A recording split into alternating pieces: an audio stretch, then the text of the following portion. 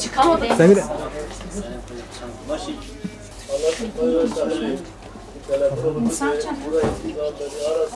Merhaba, nasılsınız? İyi misiniz? Kutlu olsun. Sizin de Allah razı olsun. Esnaflarımızı geziyoruz.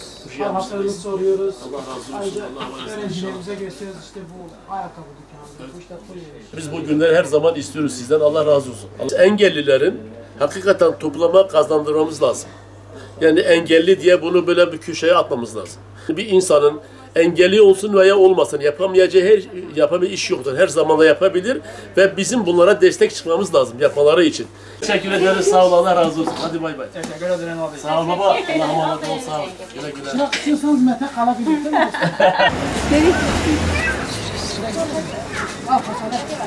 Gelin.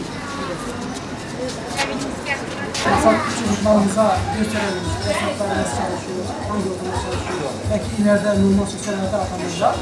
Meslek sahibi olurlar. Aylık haftası dolayısıyla öğrencilerimiz çalışanlarımızla beraber esnaflarımızı ziyaret ettik. Gayet memnun kaldılar.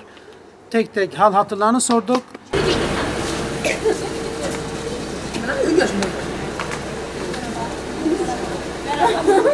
Rahatsızlığı görüyoruz.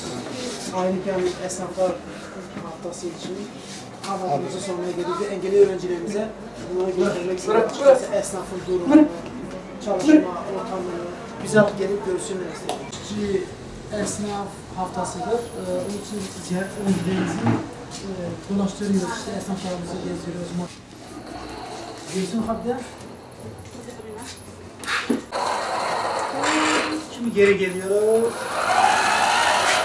Siz geldiniz, bizi mutlu ettiniz, hoş geldiniz, sefalar getirdiniz.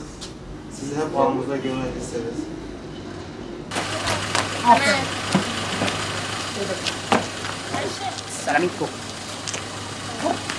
Eski kardeşlerimizdir, onlar bizim manevi değerlerimizdir. Ne zaman buraya gelse tıkan onlarındır.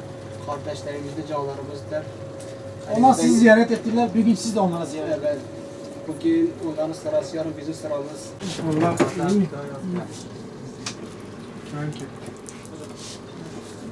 Tamam. Al. İşler. Sıratına bak. Aferin.